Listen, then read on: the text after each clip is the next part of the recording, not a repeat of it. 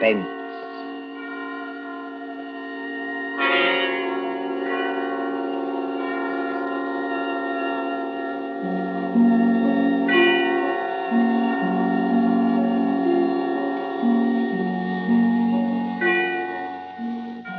The hushed voice and the prowling step in the dead of night. The crime that is almost committed. The stir of nerves at the ticking of the clock. The rescue that might be too late, or the murderer who might get away. Mystery and intrigue and dangerous adventure. We invite you to enjoy stories that keep you in suspense. For Suspense, tonight we present The Body Snatchers by John Dixon Carr.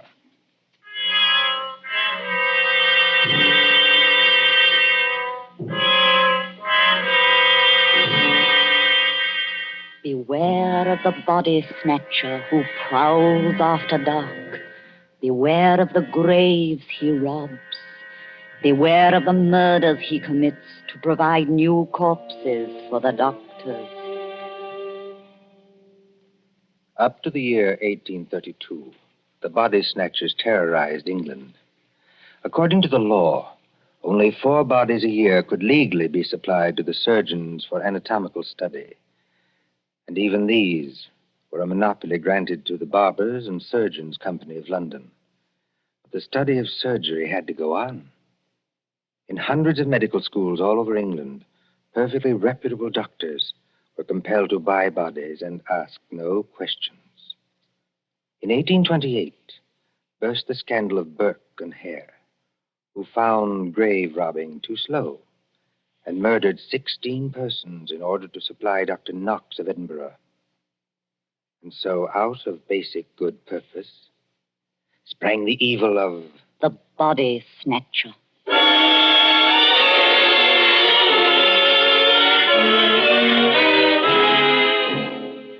Turn back the clock now to a cold night just 110 years ago. Look into the brick kitchen of a house on Wandsworth Common, not far from London. There, in the light of a tallow dip, sits old Mother Slade in her draggled bonnet. What's a keeping 'em? 2 hours. 2 mortal hours by the Dutch clock. And they're not here yet. Mother Slade? The graveyard not half a mile off. And once I thought I heard church bells ring. And once... Mother Slade, did you call? No, my girl, I did not call. But I thought I And heard... what are you doing up at this hour, my girl? I was only locking up, Mother Slade. Ain't it enough to have taken you over from a good-for-nothing mother, not worth the gunpowder to blow her up? Please, Mother Slade. And given you a good home? And brought you up practically like a lady? With only the housework to do? I'm sorry, Mother Slade. Only I wish you wouldn't talk like that about me own mother. And what do you do, Peggy Lester? You stop up until this hour. You mislay me snuff box 20 times a day. I was only going to say, I thought I heard a horse and cart in the lane. In our lane? Yes, Mother Slade. There it is now. Yes. Easy, my dears. Drive easy with the merchandise. The doctors don't like it if you bump the merchandise. Merchandise, Mother Slade? What's that? I'll tell you what it is, my girl. Oh, I didn't mean anything, Mother Slade. It's your Uncle Matt and your cousin Rob are coming home from their business. That's what it is. You hear that, Peggy Lister? I didn't mislay your snuff box. It's on the table. And if you don't want me to take my fingernails to you instead of a strap, you get on up to bed this minute, do you? Yes, Mother Slade. I'm a-coming, my dears. Don't be impatient. I'm a-coming. Nasty dim light this candle gives. Oh, old Mother Slade has got the rheumatics so cruel she can hardly move. Just pull back the bar, open the door. Well, Matt, did you get it? Did we get it? Strike me blind, but that's a good one, ain't it, Rob? Stir the gab, cord you get inside and close the door. They ain't after you. Ain't they? Can't you hear anything? Thought I heard church bells. More like a perishing funeral bell, if you asks me. Take it easy, Rob. Take it easy. We've shaken them off. Have we? I wish I was as certain as some people. The spades and sack is still in the cart. Let 'em stay. Who's a-coming to find 'em? Then you didn't get it after all, you six-skull pair. Now, don't you start a-blaming us. Now, you shut your potato trap, Mother Slade, or Matt'll make you shut it. What happened? I'll tell you what happened. We was too quick, that's what. The girl was only buried this afternoon. The sooner the better, my dear. What's the good of the merchandise if it ain't fresh, eh? You hold your noise and listen. We left the horse and cart outside, like we always do. We creeps up to the lich gate of the churchyard. Walk softly, Matt. Walk softly, Rob, in your oily beaver hats and neckcloths, under the starlight and the white frosted elms. Take care of the graves, too. Spring guns may be set in some of them to protect the dead from marauders. And if the coffin is one of those new iron ones, all your labor will be in vain. Open the gates softly. Don't make such a bloody row with them shovels. I can't help it. I'm loaded down with all this stuff. Oh, and who'll do all the work when we do get there? I will. Matt, Aye? listen. I can't hear nothing except your teeth are chattering. Matt, there's other people besides us in this here churchyard. Aye, 200 or 300 deaders. But they won't bother us. I means living people. Don't talk soft. Somebody's got a dark lantern. I seen it flash past the gravestones. Oh? Where? Can't you see it now? It's a-coming straight toward us. Yes, I see him. Come on. They've seen us, Matt.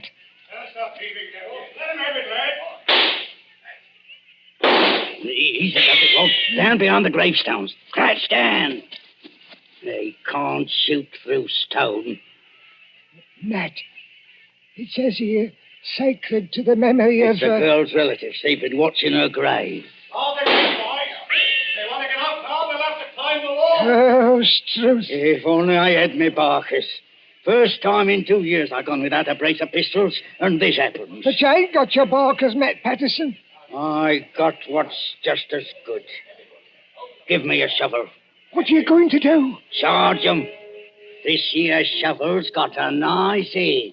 Oh, you daft. They'll have to take time out to reload, won't they? Hear that? Somebody started the bell. That'll bring down every peeler within a mile. If you want a tithing ticket and a neck in a rope, stop where you are.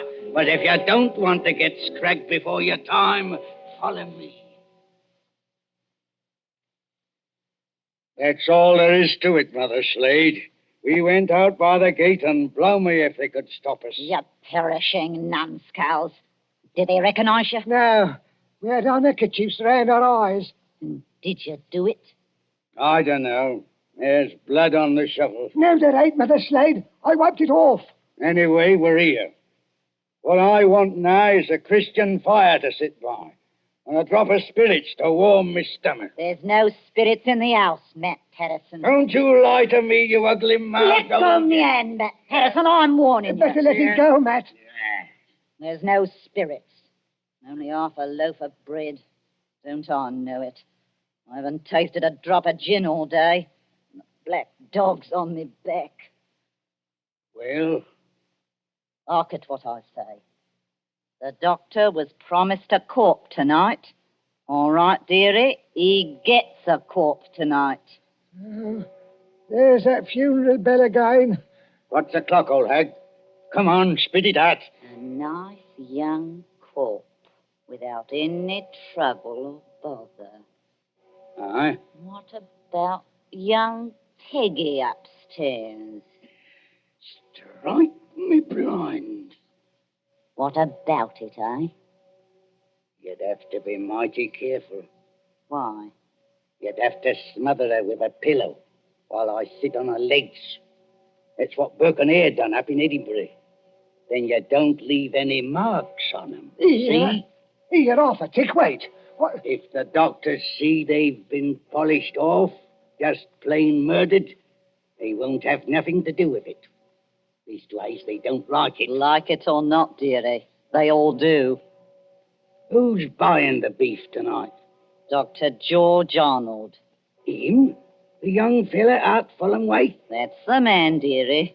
But I thought he was too pious and holy to play. That's what Dr. Arnold thought, too, till they started putting the screws on him at Bart's College.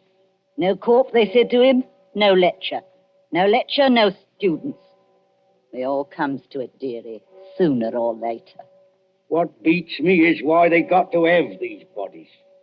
You'd think the doctors killed enough people as it is, without buying them after they was dead. Don't you question the ways of Providence, Matt Pedersen. You can't do it, Matt. You can't do it, Mother Slade. You stow that noise, Bob Prentice. Do you want to wake the poor girl upstairs? But you can't do it. This cove Arnold, he knows her. Arnold knows who. He knows Peggy. Peggy fair worships the ground he walks on. Oh. He set her arm once when Mother Slade broke it, accidental-like, and she can't forget him. What's Arnold going to think when he opens up the sack and he finds What his... can Arnold do? He's bought her, ain't he? He can't go to the police and say he's bought her. Peggy. Peggy Lester. Don't do it, Mother Slade. Don't do it. And how do you two thickheads know what Mother Slade is going to do? You're going to kill her, ain't you? Peggy. Peggy Lester. I thought I heard her moving about upstairs. You did, Mr. Milk and Water. She's on the stairs now. Rob, you're the least to be depended on. Go out and fetch in the sack. Don't do it. It'll bring us all bad luck. Matt, you're a lad after me own heart. You stop where you are and do just as I tell you. Trim the candle. Let's have it all nice and snug. What'll she bring, do you think? 15 guineas. Maybe 20. Maybe more. 20 guineas? Strike me blind. But this is a way of doing business that I like. Listen. Did you call me Mother Slade? That's right, my ducky. That's right, my little pet.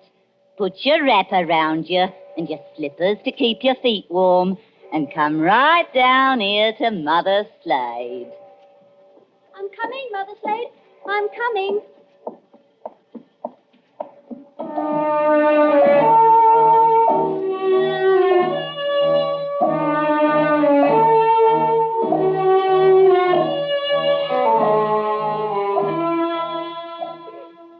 Who in those times would be a surgeon and still be an honest man? At that drugged hour of the night, look into the sitting room of a spacious house. Many candles are still alight there, though they have burned down nearly to their silver sockets. There is Chinese paper on the walls and a turkey carpet underfoot.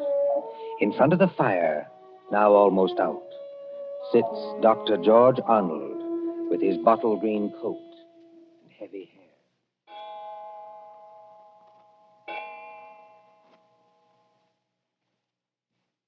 Dr. Arnold, sir. I beg your pardon, Mrs. Tancred. Dr. Arnold, sir. It's gone 2 o'clock.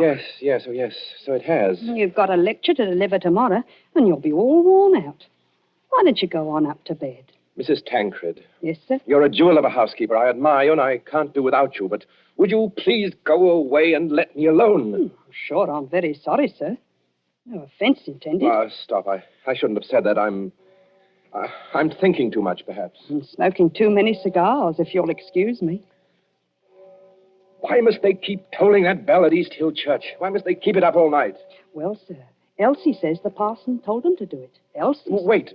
Who is Elsie? Dr. Arnold, sir. I know you're always up in the clouds, mooning over books and whatnot, but I did think you'd recognize the name of your own parlour maid. Oh, that Elsie. I see. Well? Elsie says it's because of the murder in the churchyard. What murder? 2 resurrection men. Body Snatchers, sir. Oh, you wouldn't know anything about such people. No, of course not. They were caught trying to rob a grave, but they got away. One of them was a horrible big fella. split Willie Kendrick's head open with the edge of a shovel. Is anything wrong, sir? No, not exactly. Well, I thought for a second, seeing how you looked. Did they get the body? Yes, sir. It was Willie Kendrick.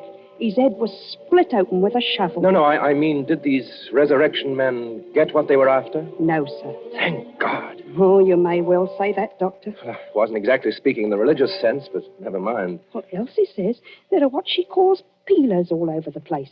Peelers? Yes, these new policemen. After Sir Robert Peel. And somebody from the new detective police that they're using instead of the Bow Street runners. Well, Mrs. Tancred, I'm going to smoke one more cigar, and then I'm going to bed. Very good, sir. You see, sometimes you give orders, then it's too late to recall them. Whatever the medical practice is, you can't look your conscience in the face afterwards. Then, I can't tell you how or why, a miracle comes along and saves you, and you're free, What was that? Sounds like a horse and cart in the drive, sir. Mrs. Tancred. Yes, Doctor? Will you please go upstairs? Now, make haste. Well, if it's visitors, sir, or even a patient... Mrs. Tancred, you heard my instructions. Obey them. Sir, there's the front door Yes, bell. I heard it. For the last time, go away. I will admit whatever visitors we have. Yes, sir.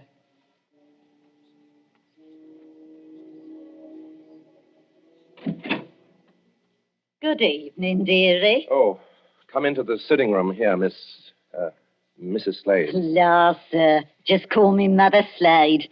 You don't hardly seem natural or friendly to wear anything else. It's a pleasure to curtsy to you, Doctor. Coo. What a lovely room. I suppose... Your candles is going out, though.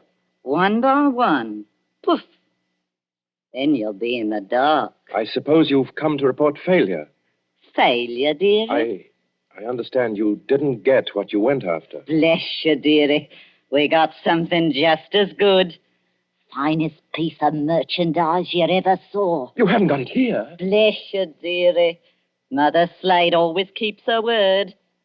Bring the merchandise in, my dears, so the doctor can see it. Quiet, please. Oh, of course, dearie, I forgot. The big fellow with the black eyebrows is Uncle Matt. The little fellow with the watery eyes is Cousin Rob. And between them, in that sack, they're carrying... Well, who is it in the sack? 19-year-old girl, dearie. Finest anatomical specimen you ever saw. Merciful Where do heavens. you want this here thing dumped, Governor? Easy now, Matt. Why did you bring it here? That's where you told us to bring it, dearie. I mean, why did you bring it to the front door? Why not to the surgery? Only place in the house where there was lights, Governor. Hurry up now. Where do you want it? Well, take it Yes, dearie? over and put it in the cupboard there, where I'm pointing. This cupboard here, sir. Yes, then close the cupboard door. Shame on you two. Tracking your muddy boots over the doctor's lovely turkey carpet. Easy, my dears, easy now. All right, Robin. She goes. Don't bruise the merchandise. Whatever you do, don't bruise the merchandise. Right, me blind. What's the odds? She can't feel it now. There's your body, Mr. Sawbones. Now, let's see your money. Well, just one moment before I give it to you. There ain't no itch in this, is there? Better not be. No, I made a bargain with you, and I'll stick to it. Thank ye. That's uncommon genteel of you. Kindly stand back, sir. You're 2 stone of fat heavier than I am, and you don't impress me. Easy, Matt. Take it easy. I want to ask only one question. Where did you get that body? That's a question, dearie, what people in your profession don't ask. Why not? 'Cause they don't dare. That's why. Would the police be interested in where you got the body? No, dearie. Not half so interested in as where we brought it. To your house. It's your responsibility now. Yes, I suppose it is. The victim wouldn't be, by any chance, that pretty little girl you used to treat so unmercifully? You hold your noise about how I treated her. I was rather fond of Peggy. Strike me blind. I think the Sawbones... Oh, get out of this house, all of you. Go on, get out. Not without that money, dearie. It's 20 guineas now. There's money on the table under that newspaper. Take what you want, and get out of here before I... Oh, what was that? Aye. What was it? A late visitor, I imagine. Was you expecting anybody? Eh? No. Don't drop the lovely money, Rob. Don't drop it all over the carpet. Pick it up. So the back way are these? Yes, it's the way you should have come. Through that arch and down the passage. Thank you for the honour, Governor. And no games, mind you, if you know what's good for you. Good night, dearie. Remember, you've got the body now. Yes. I've got the body now. Poor little devil. Dr. Arnold, sir. In heaven's name, Mrs. Tancred, haven't you gone to bed yet? I had to get up, sir, to answer the bell. Yes, of course. I'm sorry. Dr. Arnold, what's the matter with you? Matter? You're as white as a ghost, and you're almost crying. Am I? Well, we must remedy that. Oh, it's so dark in here, I could barely see you sitting there. The candles going out, one after another. Nothing but smoke and an ugly smell of grease, and that cupboard door. What about that cupboard door? Oh, I always declare, sir, it won't keep shut without any latch or bolt, if you'll excuse the liberty. Mrs. Tancred, keep away from that cupboard. Dr. Arnold, sir. Are you ill or anything? No, but keep away from that cupboard. Who rang the bell? Oh, dear, I was almost forgetting. It's that man Elsie was talking to us about. What man? The officer of the detective police, sir. He wants to see you. Well, I'll see him, but in some other room, not here. It's as you say, there's not enough light. Not a bit of it, Doctor, not a bit of it. Never too dark, as you might say, where the police are concerned. I couldn't help it, sir. He must have followed me down the hall. Are you... That's right, Doctor. I'm Stalker at your service. Inspector Stalker. Well, how do you do, Inspector? Mrs. Tancred, you may go. By your leave, sir. I'll just get some more candles and put them in that bracket by the cupboard. It's not in use. No, you needn't trouble. It's no trouble, sir. Excuse me. First of all, Doctor, I must apologize for intruding as late as this. Not at all, Inspector. Will you be seated? Thank you, sir. Thank you kindly. Now, I dare say you're wondering why I'm here. Oh, yes, I am, rather. It's a bad business, Doctor. A very bad business. You mean the murder in the churchyard? Oh, you've heard about it. Well, my housekeeper said something about a man being killed with a shovel. That's right, Doctor. Not much doubt about who did that. No? No, the little fella dropped his dark lantern with the initials on it. They're professional body snatchers. We've had our eye on them for a long time. Speaking of body snatchers, Doctor... Well? I expect this anatomy law is pretty hard on you surgeons. It's an infamous law, sir. All the same, Doctor, it is the law. Yes. And if any surgeon happened to be caught with a body, especially a murdered body... What are you hinting at? Oh, nothing, Doctor, nothing. By your leave, I only want to ask a question. Well? What time did your friends leave? Now, come, Doctor. As one man of the world to another, do you see any green in my eye? You are not going to say you had no guests when their horse and cart are still at your front door. They didn't get away. No, Doctor, they didn't. They made a little reception committee as they left by the back door. Darbies on the wrists. Snap. Just as I might reach out and touch your wrist. Like this. What do you mean by darbies? Handcuffs. I've got a pair in my pocket. Gags into their mouths. That's to keep them from biting. Look, do we have to go on with this? You already seem to know everything I could tell you. Not exactly everything. I don't know, for instance, where you've hidden the girl's body. You're a very diligent man, Inspector Stalker. Thank you, sir. I try to do my duty. You said a girl? These gin-muddled degenerates have been watched every second since they left East Hill churchyard. They hadn't a body then, but they brought one here. And there's only one other person who lives in the same house with them. Dr. Arnold, sir. Mrs. Tancred, listen to me. Yes, sir. Must you always break in with the most completely ill-timed entrances at all the worst period of my life? I was only trying to be helpful, sir. That's right, madam. Always be helpful. You had to have some light. Here's the candles, sir. 5 of them, in a big candelabrum. We can hang them in the bracket. Ma'am, hold up that light. Hold it high. Really, sir? I'm not in the habit of being spoken to as Hold it high, I tell you. Do as the inspector tells you, Mrs. Tancred. This is a very fine carpet you've got here, Doctor. Yes, others have admired it tonight. But it oughtn't to have footprints on it. Muddy footprints. footprints leading from the door, past the sofa, past the hearth, over To that cupboard. Quite correct. I think that's done it, Dr. Arnold. I think it has, Inspector Stalker. We couldn't have proved anything against you for that churchyard business, but this... Let me open Bluebeard's cupboard, Inspector. Let me be the first to show you what's inside. You wanted a certain body. It appears you've come to the right place. Now, look. Lord Almighty. I'm the body, Mr. Police. Standing up, I'm very much alive. And I'm wearing a nice new dress that the doctor gave me. But I gave you. Don't say anything. Please don't say anything. Stop a bit, miss. Aren't you Peggy Lester? Yes.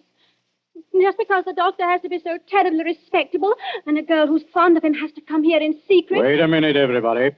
Peggy Lester, you're lying. I am not lying. So that's it. Why didn't I guess it? It's the oldest body snatcher's trick in the world. Is it? Of course, the old pinch penny, like Mother Slade, couldn't sacrifice a good household grudge. Of course they brought the body here, instead of taking it to the surgery, where it might get locked up. Could you be persuaded, Inspector, to tell us just what you're talking about? The body snatchers, sir. Well, what about them? They take a living accomplice and put him into a sack and sell him to a green doctor as a dead man. Yes, but see here, They get the best price they can. Then in the middle of the night, that accomplice gets up and robs the doctor's house. And the doctor can't tell us because he's bought illegal goods. I never intended to go through with it. No, young woman? I tell you, I wasn't going to rob the house. They made me do this. I was going to tell Dr. Arnold. When I found out where they were taking me, I pretended to go through with it so I could warn the doctor. They can hurt so much, you'll agree to almost anything. Oh, that sounds like the truth, but it puts me in a funny position and no mistake. well, your three murderers, Inspector, seem to be leaving. Yes, they're leaving right enough. Trussed up like fowls and under guard. Does anybody go with them? How can anybody go with them? I'm willing to believe this girl acted under threats. She's committed no crime. And I don't for the life of me see how we can touch you. Can't touch me? No, sir. And confound you for making me lose a night's sleep. There's no body. You didn't even buy a body.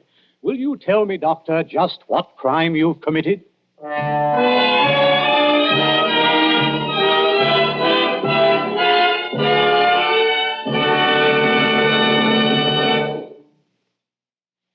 And so ends The Body Snatchers, a story of London at midnight, 100 years ago. And tonight's story of Suspense.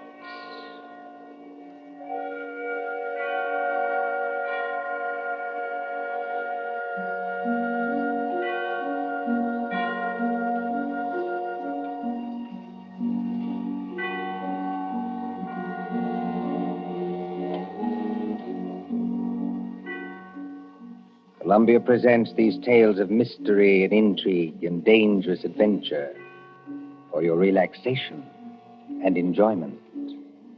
Next Tuesday, there will be another in this series. Same hour, 9:30 Eastern Wartime.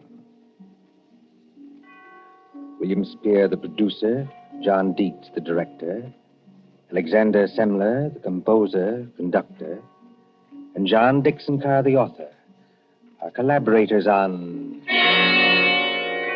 Suspense. This is the Columbia Broadcasting System.